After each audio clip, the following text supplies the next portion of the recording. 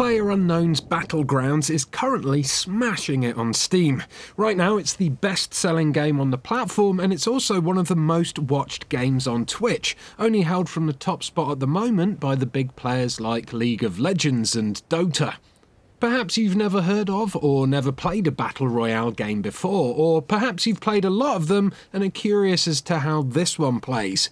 Well, I've been a big fan of Battle Royale style games since I first discovered the King of the Kill mode on H1Z1, and after playing Battlegrounds for about 4 hours yesterday, I can safely say that it shows a lot of promise.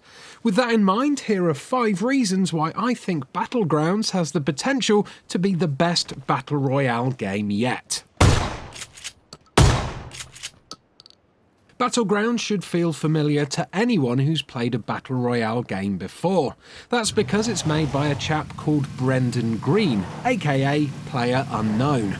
Brendan is pretty much the creator of the Battle Royale genre, so he's got a pretty good pedigree when it comes to making games like this. He started off by making Battle Royale mods for Arma 2's DayZ mod, and then for Arma 3 after that, and it was his work on these mods that brought him to the attention of Daybreak Studios.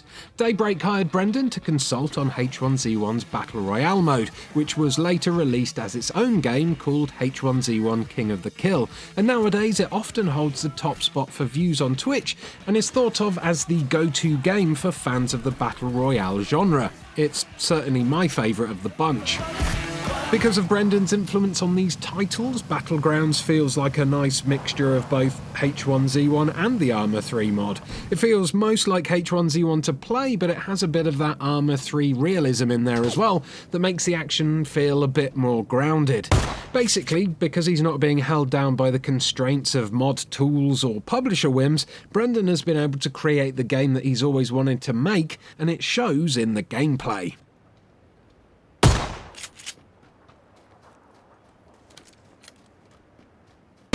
What's nice about Battlegrounds is that while it sticks to the familiar H1Z1 formula, it adds a few new rules to it without having to resort to the cartoonish violence of the other big Battle Royale game, the culling.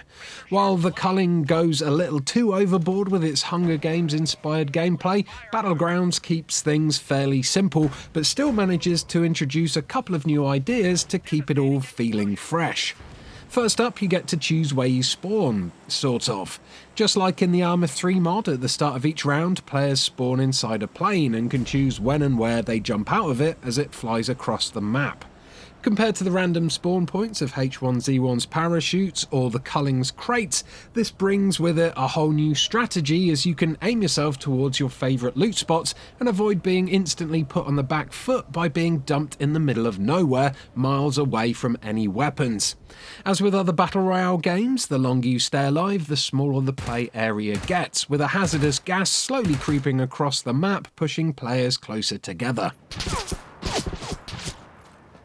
In Battlegrounds though, you also get these randomly spawning red zones, which in simple terms means an area of the map will get bombed to shit for 30 seconds at a time. You'll need to be constantly checking your map for these zones because if you get caught up in the middle of one unawares, things can get pretty scary.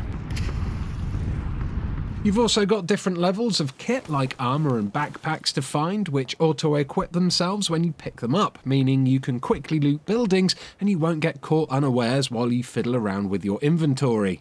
A couple of other neat touches that I liked was the ability to be able to zoom in and out of the map screen, add map markers, and also look at your map while you're moving your character.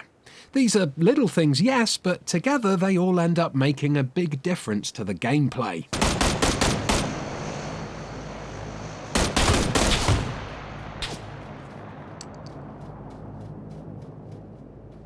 While H1Z1 has been my go-to Battle Royale game for ages now, it's always been a bit light on weaponry. You got a couple of assault rifles, a shotgun, 3 or 4 pistols, and maybe a sniper rifle if you're lucky enough to stumble on an airdrop that hasn't landed outside of the safe zone. Battlegrounds, on the other hand, comes with a bunch of weapons that are strewn around the map. They're pretty easy to find, so you won't be scavenging through buildings for hours on end before you find one, DayZ style, and there's even attachments to be found so you can add extra scopes, sights and stocks to your weapons on the go.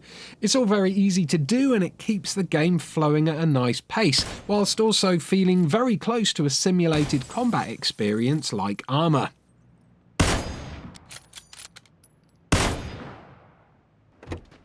It's a bit rough around the edges, sure, and during the final match I played last night I did encounter some savage rubber banding, but still, Battlegrounds is in remarkably good shape considering it's only just released into early access. This is a very good sign considering the state H1Z1 launched in back in 2015 and how much that game has progressed since then. Sure, there's some janky frame rates every so often, there's audio bugs and a few server hiccups here and there, but that's nothing we don't still see in DayZ to this day, and that's been in early access for, what, 4 years? It's always a risk buying into early access because you're investing in an unfinished game. But if Battlegrounds can feel just as stable on the day it's released into early access as DayZ does now, it's a safe bet that it won't be long until the whole thing feels a lot more polished.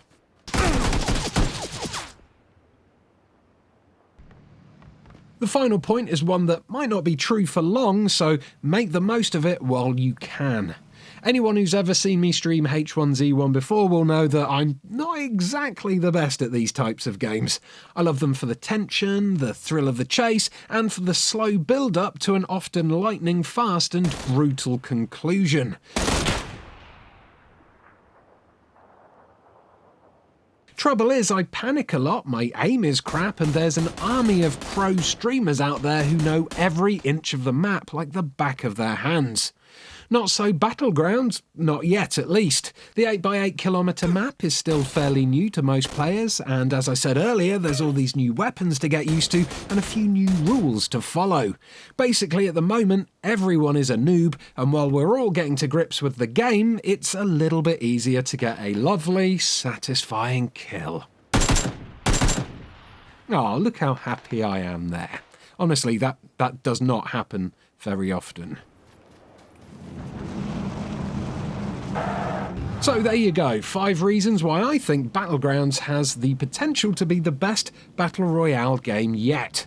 Obviously, as it's in early access still, you shouldn't rush out to buy it if you're not that used to games like this. But if you've previously taken a punt on H1Z1, the culling, or any of the Armour mods, I definitely recommend trying it out.